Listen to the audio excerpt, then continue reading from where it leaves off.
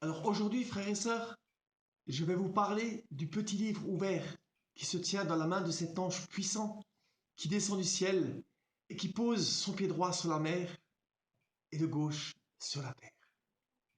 Ce petit livre ouvert n'est autre que le livre de votre rédemption, de ma rédemption, que le Christ a mangé en premier lorsque Jean-Baptiste l'a introduit dans son ministère de Messie, par cette lumière qu'il lui a donnée au travers de son prophète, et dans laquelle il a vu qu'il était Dieu.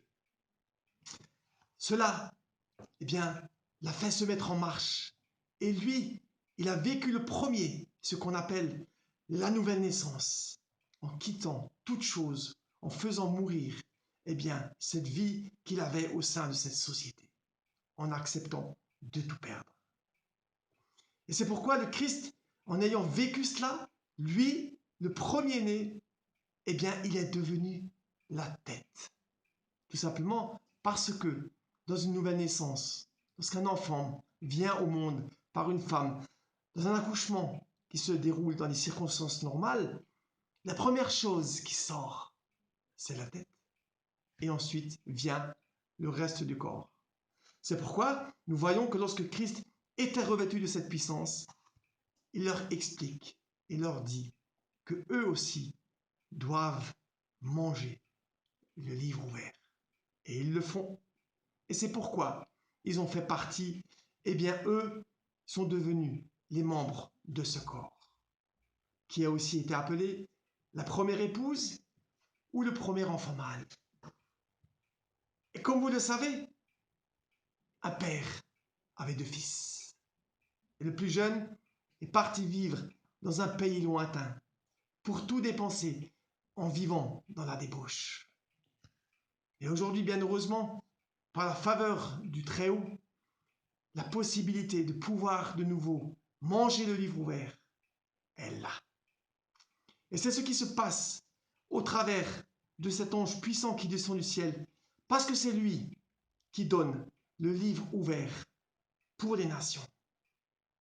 Et cela ne pouvait pas se faire avant que l'ange descende, parce que les nations, en Éphèse, ont abandonné leur premier amour. Et la chrétienté est devenue tellement pervertie qu'il a fallu pour pouvoir la secouer et la réveiller que l'Esprit nous envoie à nouveau Élie pour rétablir toutes choses et pour que par lui s'accomplisse le mystère de Dieu en nous et pour introduire à nouveau le Christ avec sa tête et son corps. Parce que comme vous le voyez dans l'Apocalypse 12, cette femme qui est dans le travail et les douleurs de l'enfantement, elle met au monde un enfant mâle qui doit faire paître les nations avec un sceptre de fer et qui est enlevé vers Dieu et vers son trône. Cet enfant mâle ne peut pas être autre chose que l'épouse. Et cet enfant mâle ne peut pas naître tant que ce signe n'apparaît pas dans le ciel. Alors tous ceux qui me parlent qu'il y a un réveil, cela ne peut pas se faire parce que c'est par cette femme que l'enfant mâle naît. Et là, de nouveau, comme il est question d'une nouvelle naissance, de cet enfant des nations qui revient vers son père pour vivre aussi cette nouvelle naissance, cet enfant mâle, il a à nouveau une tête et un corps, mais c'est un enfant des nations. Donc, cela ne pouvait pas se faire avant, parce que pendant tous ces siècles, l'aveuglement était là sur les nations, et le Seigneur ne trouvait personne qui soit en mesure d'être suffisamment fou ou sage pour manger le livre de la même manière que le Christ l'avait mangé et que ses apôtres eux aussi l'avaient mangé. Et maintenant que cela se fait, alors la possibilité pour le reste du corps est arrivée de pouvoir aussi manger ce livre à son tour.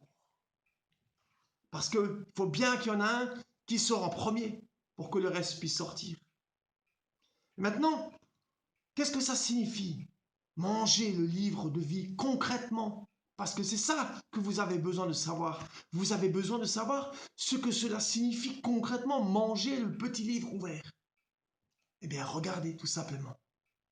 Lorsque les disciples sont venus vers Christ pour lui dire, Rabbi, mange, Jésus a dit, j'ai à manger une nourriture que vous ne connaissez pas. Mais quelqu'un lui aurait-il apporté quelque chose à manger? Il leur dit ensuite, ma nourriture est de faire la volonté de celui qui m'a envoyé. Ainsi donc, nous voyons bien que c'est de cette manière que se mange le livre ouvert. Faire la volonté de Dieu dans cette expérience, dans cette vie de mort à soi-même, de nouvelle naissance, voilà concrètement la manière dont se mange le petit livre ouvert. Et cet ange vient pour les nations parce que, comme vous le voyez, il pose son pied droit sur la mer. Et la mer est toujours représentée dans les Écritures, bien souvent d'ailleurs, par des nations, des foules, des peuples, des langues. Même la prostituée, elle est assise sur les grandes eaux, pour vous dire que les eaux représentent les nations. Et ce qui est vrai pour l'Apocalypse est aussi vrai pour la Genèse, lorsque l'Esprit de Dieu se meut au-dessus des eaux. Ces eaux, eh bien, ce n'est pas l'eau qui recouvrait la terre, c'est tout simplement les nations qui étaient là, et à qui, et à un moment donné, eh bien, Dieu a choisi de donner sa lumière en se servant de Adam, lui, le premier qui est né et qui a été créé à l'image de Dieu, selon sa ressemblance. Et en aucun cas, il a été le premier habitant de la terre. Alors c'est pourquoi ceux qui pensent que Adam est le premier homme qui est venu sur la terre, eh bien, je leur recommande vivement de revoir leurs interprétations sur les Écritures. De même, en ce qui concerne l'évolution, il faut arrêter, je vous en prie, de prendre les scientifiques pour des fous. Parce que l'évolution ne contredit en rien la création qui peut très bien être évolutive, comme un embryon peut évoluer. Ce n'est pourtant pas compliqué à comprendre. Et l'évolution est toujours encore quelque chose qui est actif autour de vous. Regardez les races des hommes. Ils se sont multipliés sur la Terre et au fil des millénaires, l'humain a évolué là où il s'est trouvé en fonction du climat, de sa langue, de sa culture, de la nourriture qu'il mangeait pour être ce qu'il est aujourd'hui où il se trouve. Alors arrêtez de dire que l'évolution n'existe pas. C'est une réalité, c'est la vérité. L'évolution existe. Donc, cette petite parenthèse, c'est juste pour remettre bien les pendules à l'heure. Et bien maintenant, l'ange, comme vous le voyez aussi, pose son pied gauche sur la terre. Parce qu'une fois que le temps des nations est terminé, le Christ va vers le peuple juif et qui aussi souvent est représenté dans les Écritures par la terre.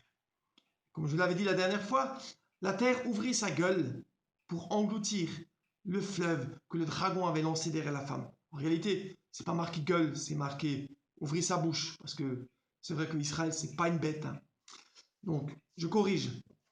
Eh bien, c'est tout simplement ce que ça veut dire. C'est que pour pouvoir manger ce livre ouvert, cela ne se fait pas sans être dans la combativité, dans l'adversité, face à l'esprit des églises, face à l'esprit de Babylone, qui ne comprend pas ces choses et qui veut empêcher celui qui veut le vivre de le vivre. Et, croyez-moi, s'emparer du royaume des cieux, c'est vraiment se faire violence, c'est vraiment dans un combat que cela s'accomplit, parce qu'on ne peut pas être un vainqueur s'il n'y a pas un ennemi à affronter.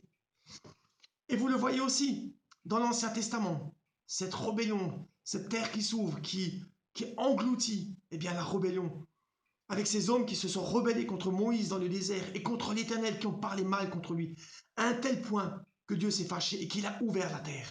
Et là, pareil, quand Israël reçoit la femme, eh bien, la chrétienté qui est dans la rébellion, non seulement contre cette femme, mais aussi contre l'Éternel, eh bien, cette rébellion-là, elle est engloutie parce que Israël reçoit cette femme. Et le fait que cette chrétienté hybride se rend compte que le salut est venu vers Israël, eh bien cela suffit pour anéantir d'une manière définitive cet esprit de rébellion par cette compréhension qu'ils ont reçue. Voilà, frères et sœurs. Merci de m'avoir écouté sur ce petit sujet, quelques minutes aussi, autour du petit livre ouvert. À très bientôt. Merci.